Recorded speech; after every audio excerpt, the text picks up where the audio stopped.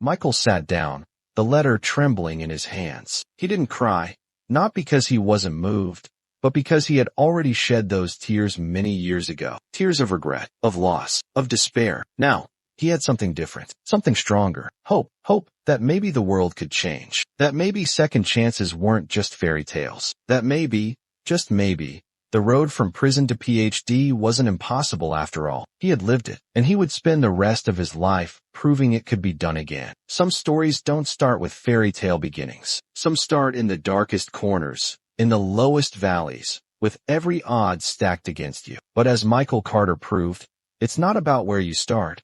It's about what you choose to do next. Redemption is real. Education is power. And one man's journey from inmate to intellectual proves that no label, no mistake, no cell can define the future you decide to build. Thank you for watching. If Michael's story moved you, please like this video, subscribe to our channel, and share it with someone who needs to believe in second chances. Your support helps us tell more stories of transformation, truth, and the unstoppable power of the human spirit. He dug deep into topics like social justice, incarceration reform, and the psychology of identity. His professors, at first skeptical, soon became his champions. His past didn't scare them, it inspired them. By the time he was 34, Michael Carter had a doctorate in sociology. His dissertation focused on recidivism and the systemic failures of the prison industrial complex. It won national awards. The same hands that once gripped cold prison bars now held a diploma embossed in gold. But Michael didn't stop there. He started a nonprofit,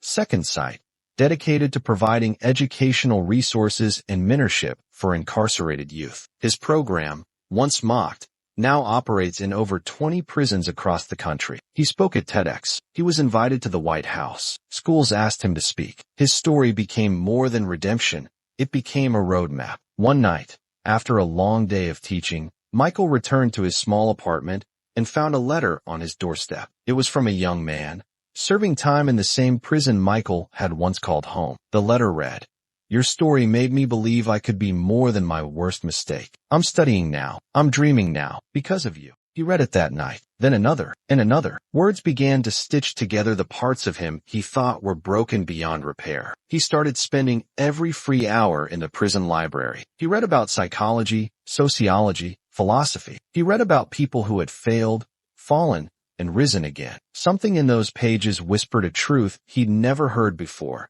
You can choose who you become. At 22, Michael enrolled in the prison's GED program. He passed it in 6 months. At 23, he began taking community college courses through a prison education initiative. At 25, he stood in front of a room full of fellow inmates and gave a speech on the power of purpose. "I used to think I was born broken," he said, voice shaking. "But maybe I was just born into brokenness. And maybe, just maybe, that doesn't have to be the end of my story." The guards who once rolled their eyes now nodded in quiet respect. Even the warden started calling him Professor. By the time Michael was released at 29, he had an associate's degree, 3 published essays in academic journals, and a dream bigger than any cell he'd ever sat in. He wanted a PhD. It sounded insane. A kid from the projects, a former inmate, applying to doctorate programs?